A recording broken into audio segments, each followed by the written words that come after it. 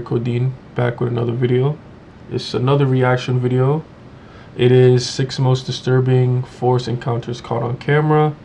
Let me know if you guys have ever been camping before and if you guys have any scary experiences. I've been camping before when I used to be a Boy Scout, but there was just a whole bunch of people there, so like, you know, I didn't get any like scary, you know, memories from it. The only bad thing I hate about camping is this, like the sleep. The sleep is probably like the worst thing, because like, I don't know, the tent, I don't know if it was the tent, I can't remember if it was the tent or the grass or whatever part I was sleeping on. I just couldn't sleep the whole night, but nothing scary. So let's get into this video though. I'm talking too much. Daniel O'Neill is a YouTuber from the UK with a channel called English Woodsman, where he's been uploading videos of his wild camping, stealth camping, and woodland camping trips in the UK for almost 10 years. Most of the channel's videos feature Daniel reviewing camping gear for his viewers and showing footage of his adventures in the great outdoors. For the most part, they're pretty tame, but in August 2023, he uploaded a video of his camping trip in the woodlands close to his home, and the footage is pretty disturbing. The first part of the video pretty much just shows Daniel walking through the woods and talking to his subscribers, eating berries, and pointing out the sights on the way to the campsite. At several points along the way, he pauses to mention the footprints and garbage he sees lying on the trail, indicating other people had been there in the last few days. Someone's been here. There's a lot of rubbish around here.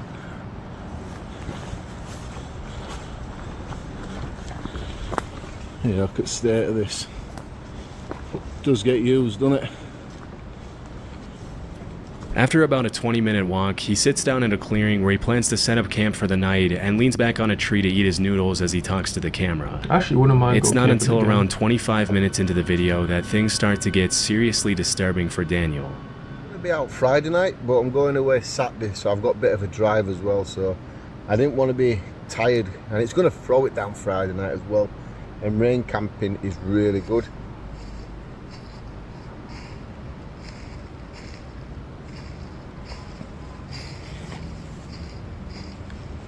Sounds like they're walking towards him. He got scared. Look at his face. I mean, I would be scared too. Is that a badger? They're still walking, but I don't see them in the camera.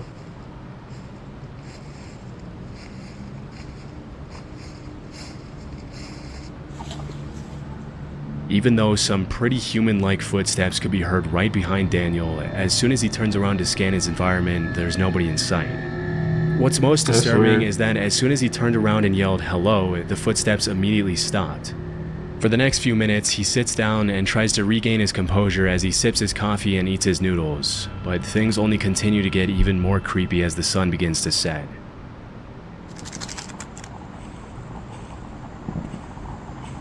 Where are the footsteps coming from? Like, I don't see no movement at all.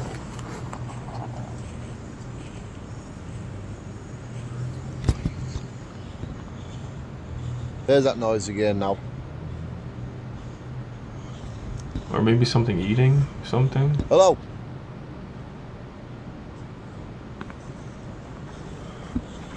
Hello? You got a bit of that. There's nobody here. About 40 minutes into the video, the footstep noises can be heard again, and this time it sounds like they're getting closer to Daniel. By this point, most people would have hightailed it out of there without any hesitation, but Daniel decides to sit back down to finish his dinner as he tries to calm his nerves for the second time. Amazingly, a few minutes later, it almost seems like he completely forgets about the footsteps and manages to think about less disturbing things, which is honestly pretty impressive. But as darkness sets in, the eerie footsteps start up again. He's sleeping out like that? Where is the tent, bro? I'm gonna be honest. I can't stay here now. I'm gonna be a wimp. I don't care if people call me a wimp in the comments, but I can't stay here. I'm too unsettled. I'm nervous. I've done camping like this loads of times. I think I'm gonna go find somewhere else to get this bivvy set up. But I'm leaving this spot. Yeah, I would too. Understandably, after this third incident, Daniel decides to head somewhere else for the night to play it safe. It's hard to know what exactly was making those sounds, but because they sounded very similar to human footsteps, it's possible that Daniel was being stalked by someone in the woods. This is obviously incredibly dangerous, as you can never really trust someone's intentions when you're in such a vulnerable position all by yourself in unknown territory. It was either that or an animal walking through the grass, but because Daniel mentioned the grass was a little wet and wouldn't have made that dry sound if an animal stepped on it, this is pretty unlikely. Also, many people in the comments mentioned that no animal walks that uniform and steady. They stop, go, and change pace constantly. Either way, it's a good thing he decided to leave, because who knows what could have happened to Daniel that night.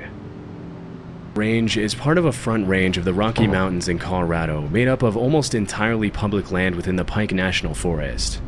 In the summer, you'll find lots of bikers enjoying the rampant range's elaborate trail system and exploring the great outdoors. For the most part, this part of Colorado is a paradise for anyone who enjoys spending time in nature. But over the past few years, there's been a pretty alarming trend on the rise, with random people setting up wires on trees at just about head height in an effort to seriously injure bikers on the trail. In 2019, a post describing this terrifying trend was uploaded to Facebook. And disturbingly, the uploader mentioned that one of his high school friends had lost his life as a result of running into a similar wire on a trail. Immediately, people jumped into the comments to point out how incredibly messed up it would be to do something like this, and how this kind of evil needs to be categorized as attempted murder if the suspects are ever caught. A couple of years before that post was made, in 2017, two motorbike riders uploaded a video to YouTube of their encounter with a similar wire, and although nothing happened to them, it was a very close call. Oh, what? Yo.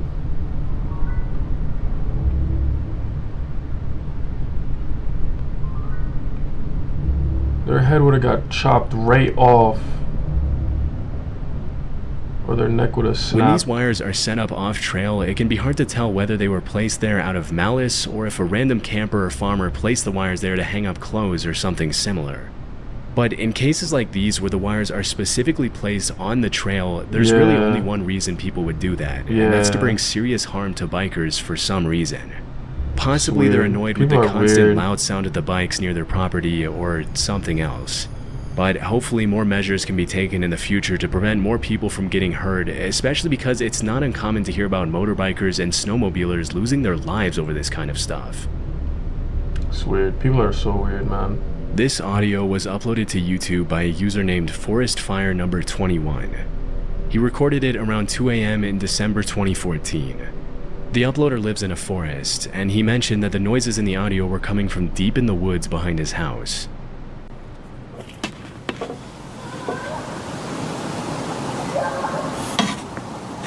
I don't know, do you guys believe in skinwalkers and stuff like that?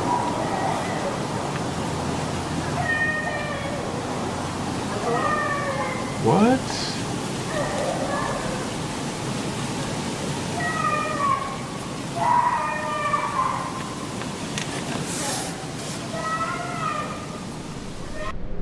It's hard to make out what the child is yelling, but after listening closely, several users jumped in the comments to point out that you can also hear an adult voice yelling, "Where are you?"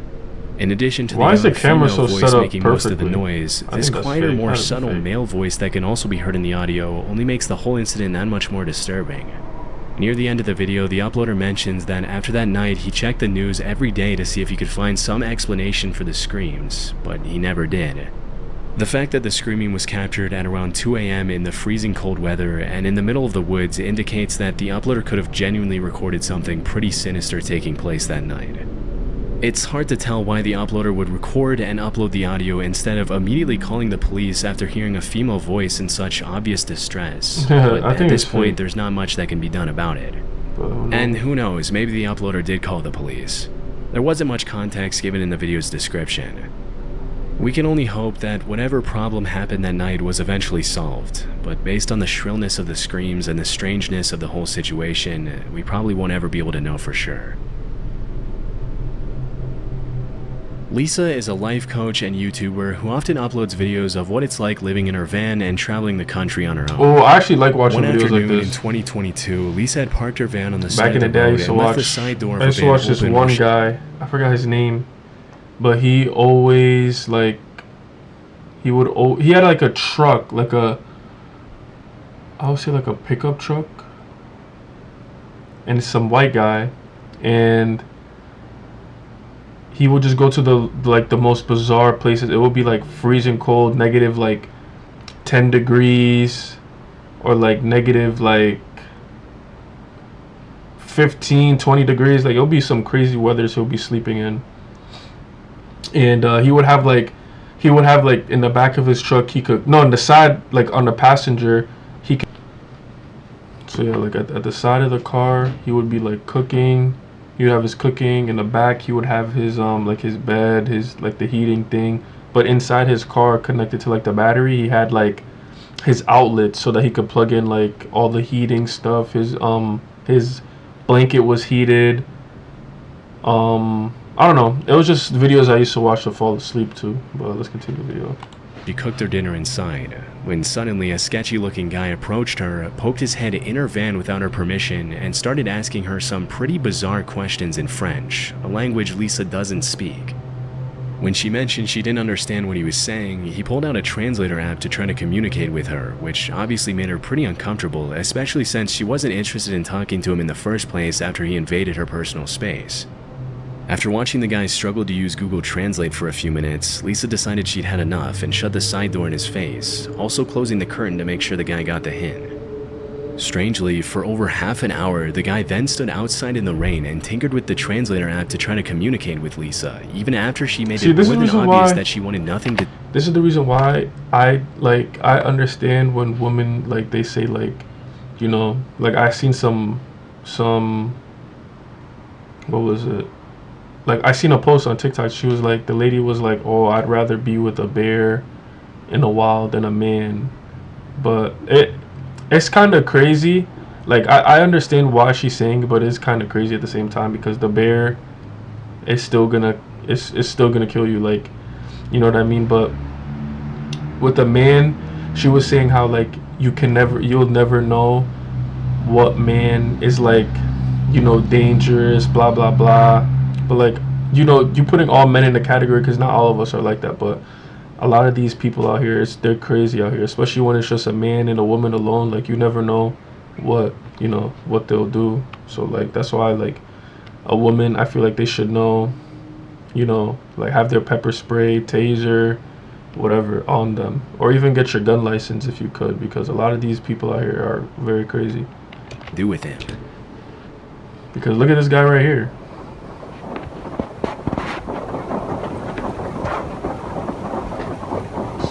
Crazy.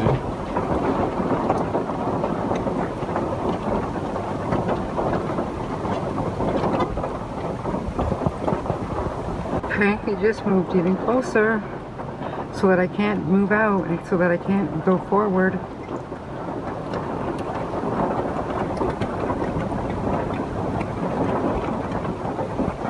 Please leave. Please leave, you sketchy person. Please leave.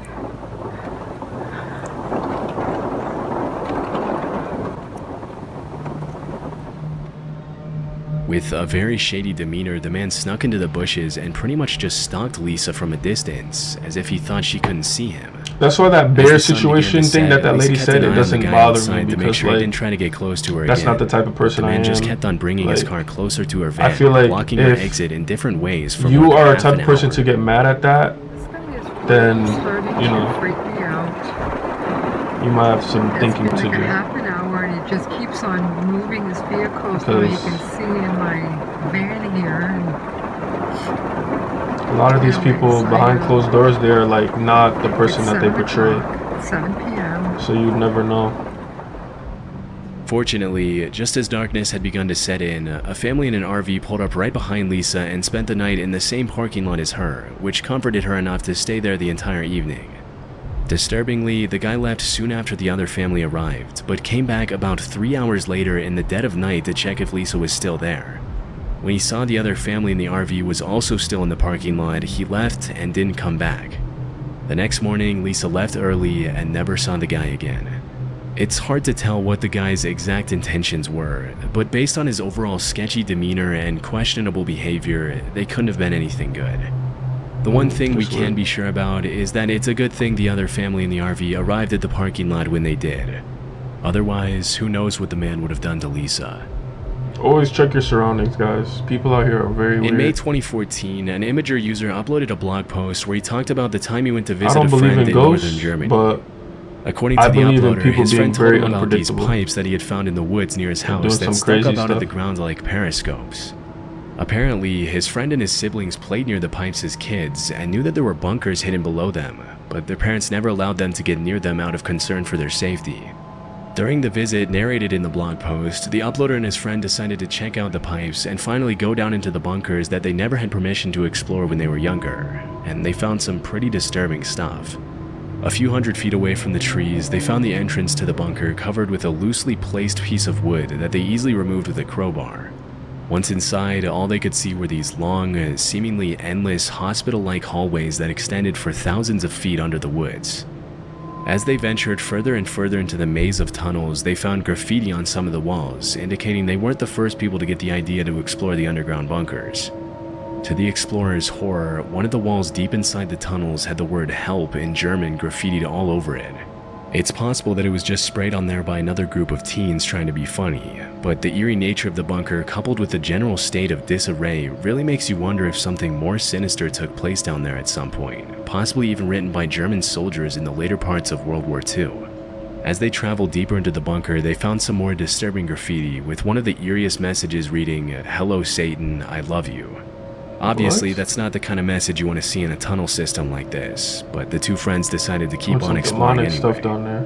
After several hours down in the bunker, they ended up finding tons of more twisting, winding hallways, flooded rooms with old machines, and dark, narrow corridors that reached dead ends, but nothing more disturbing than the graffiti they had found a few hours earlier. The explorers managed to make it out of there safely and didn't go back there again. In the summer of 2016, reports started surfacing that people were finding dangerous booby traps along a very well-known hiking trail in the High Mountain Park Preserve. What is wrong with people? As per the police reports, the traps mostly consisted of boards with nails sticking out of them, barbed wire, broken bottles placed along the trails behind or near rocks or logs, and other treacherous materials. As more and more complaints started coming in, police warned people to keep an eye out for the traps and even organized cleanup efforts to keep hikers safe during their treks. What's most disturbing is that these traps were clearly placed there to hurt people, as there's really no other reason to put nails and barbed wire on the ground in the middle of such a popular hiking trail. The fact that someone would take the time to get out on the trail, build a booby trap in such detail, and place it there with the intention to do harm to other people and their pets is honestly pretty messed up, but it didn't take the cops too long to make an educated guess as to who was behind the whole thing. Although they never found the individual suspects responsible for placing the traps on the trail, the sheriff's department determined that the traps had probably something to do with the feud between hikers and bikers who had been fighting over use of the trail for decades. According to many nearby residents, it's common for bikers on the trail to speed past the hikers without ringing their bells or announcing their presence, which has led to several injuries and rising tensions between the two groups over the years. It's not like they own this place, so like why are they to the point of trying to harm an entire group of people so maliciously with such brutal methods? Fortunately, no one was hurt as a result of the traps, but the suspects responsible were never found. I never found them. While watching this, I kind of do want to go camping. Like this just brings back a lot of memories. I used to go camping, like I said, back in the day when I was a Boy Scout. So I wouldn't mind going again, but I want to go with people though. I don't know. I don't have any friends to go with that want to go camping. But thank y'all for watching the video. I love y'all. Peace.